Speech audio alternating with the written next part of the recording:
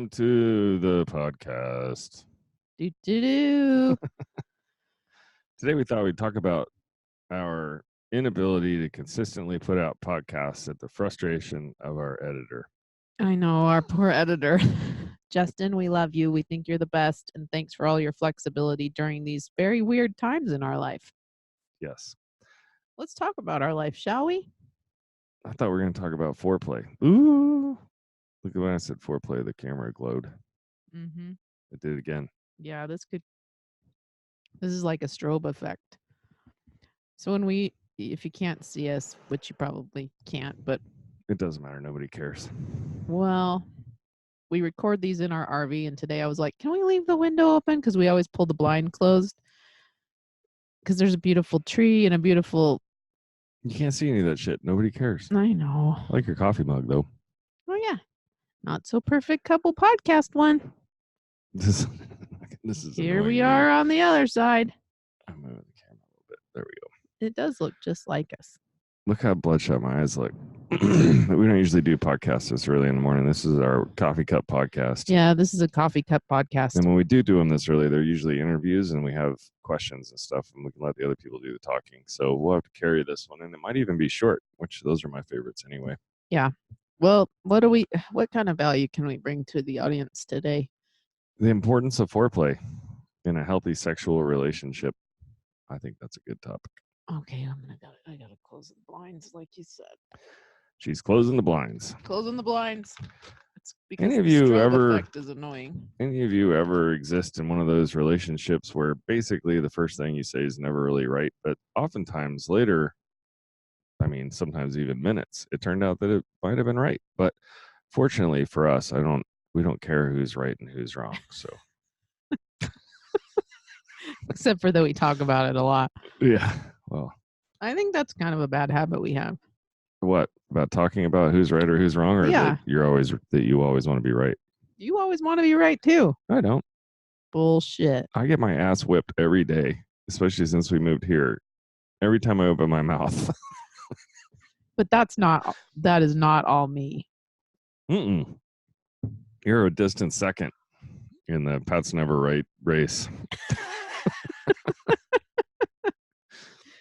See, it's all perspective, right? So you think I'm really bad having to be right and you're always wrong, but in comparison, I let you be right a lot.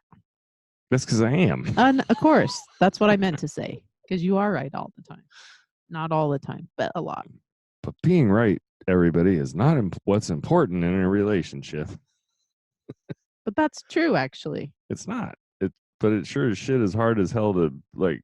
It's a hard habit to break. Not focus on. Everybody wants to be right. They can't help it. I think it's a basic human need. No, it isn't. No, it isn't. But there is something to be said about wanting truth to prevail. For me. Truth?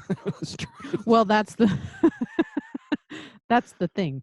And truth is like, I mean, I feel like truth is something that's ambiguous.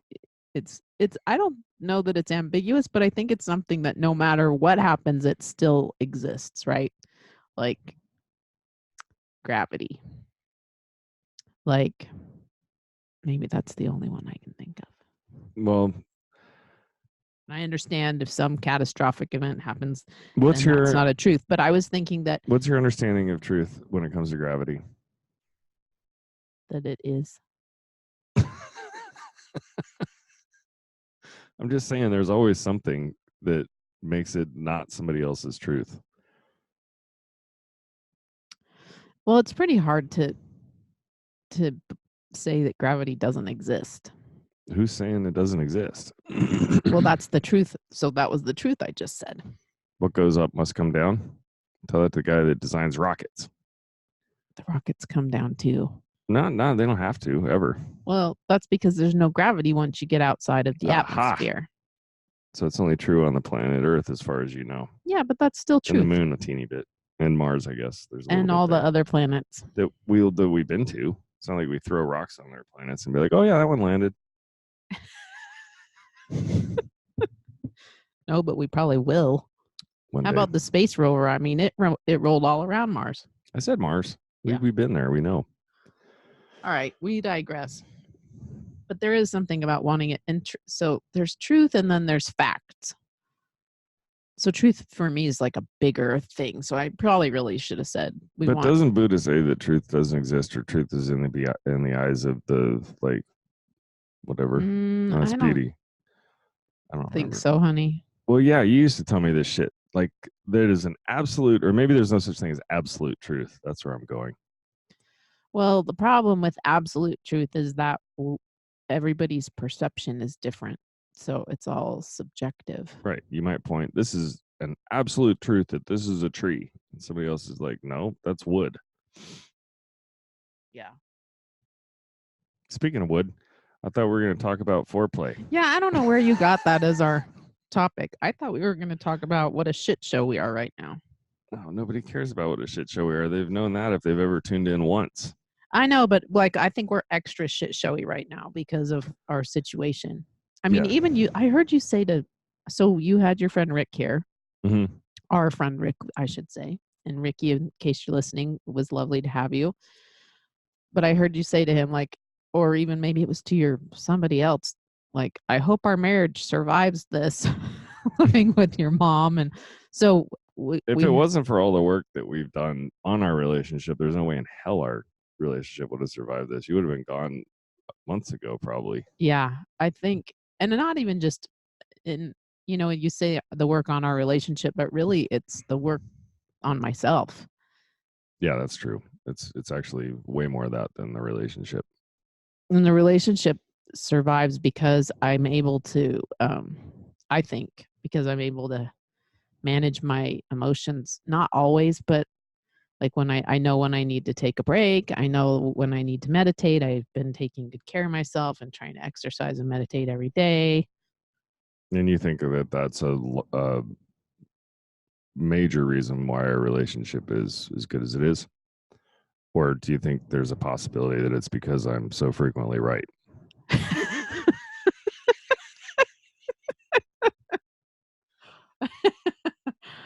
I think it's because of that self-care and your sense of humor more than how right you are.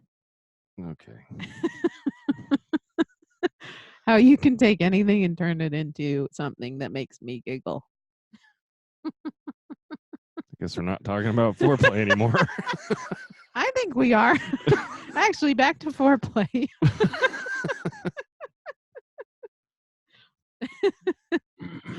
Alrighty.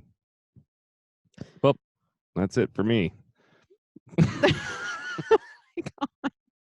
I just wanted to talk a little bit more about what's been so hard about this. Because it's felt hard. It's emotion. There's like so much, it's emotionally taxing. And it's weird because it's not an in your face. I mean, your dad died, and so we have that, and that is a little bit in your face, the sadness around that event. But the rest of it's sort of like subtle stress that creeps up on you, Yeah. Well, there's a lot of shit going on. So juggling work and helping my mom move, and I just started a new job. her stuff, and it still doesn't fit in the new place, and she's talking about taking another load down there. There's just a lot of little things that are constantly like needling you, and you just want to control it all.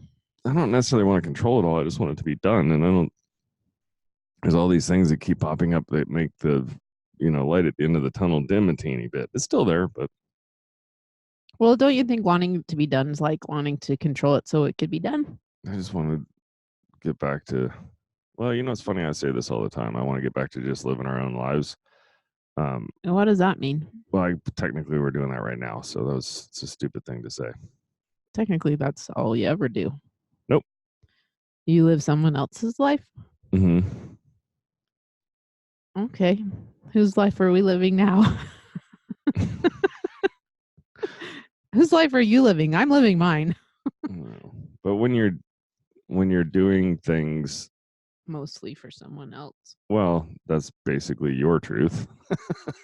Their truth might be, God, these people are just in the way. But when your perception is that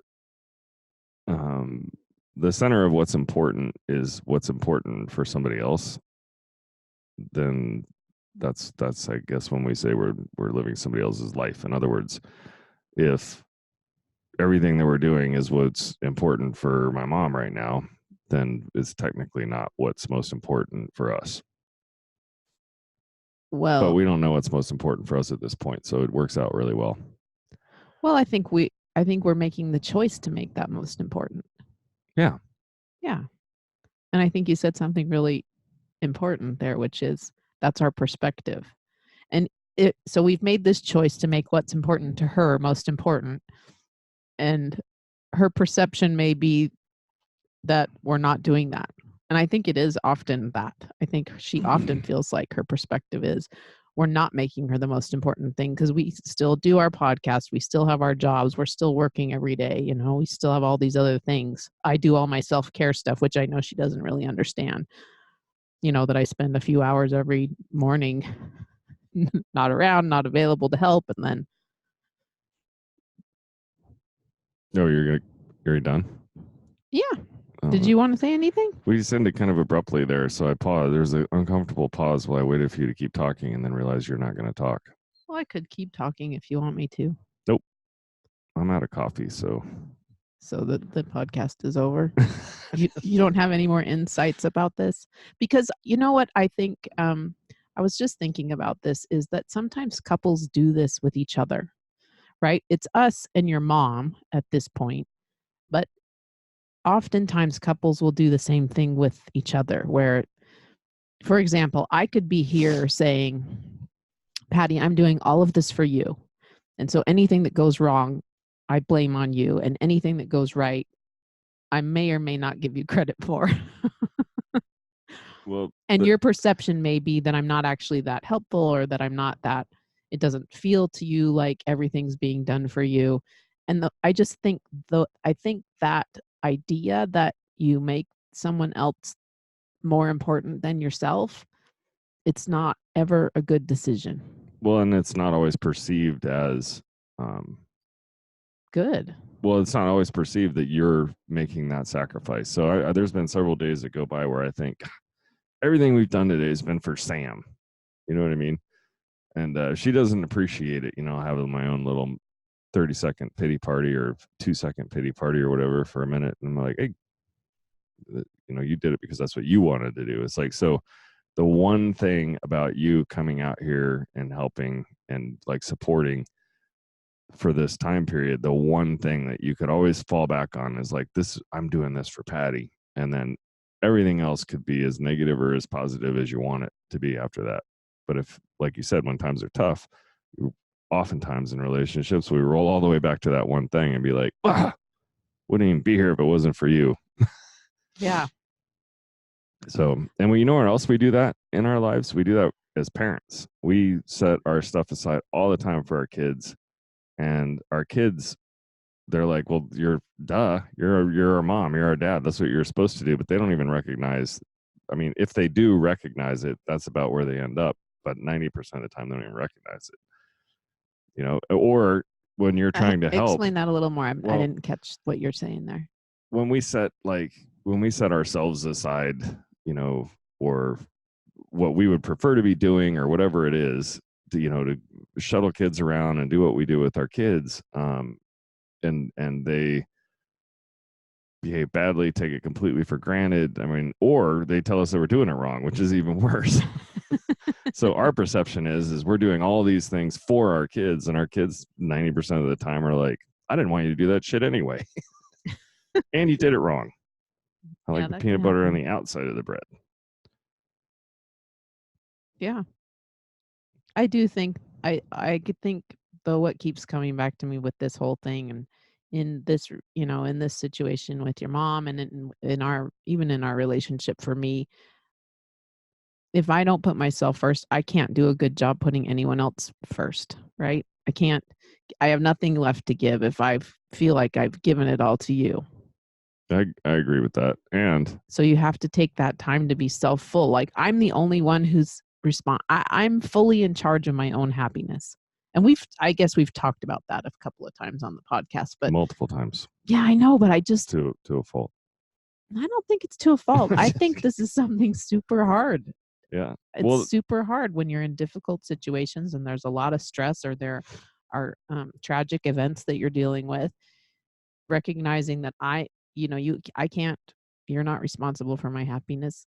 Your mom's not responsible for my happiness. I'm not in anyone's hands to be taken care of. I'm responsible for myself. What's great about this? That's always a good question to ask. Bring you right back to the moment. So, right? What's great about this? Yeah, I say that. I mean, there's so many blessings. Like, if you just take any singular moment and think, what can I be grateful for right now? There's so many things. So many things. All right. So we've come full circle back to Foreplay? no. Well, sort of, because you yourself are in charge of your own happiness. And if we are going to come circle around to foreplay, I guess I'll go have some 5-play. I don't get that. That's when you use your Rosie Palmela.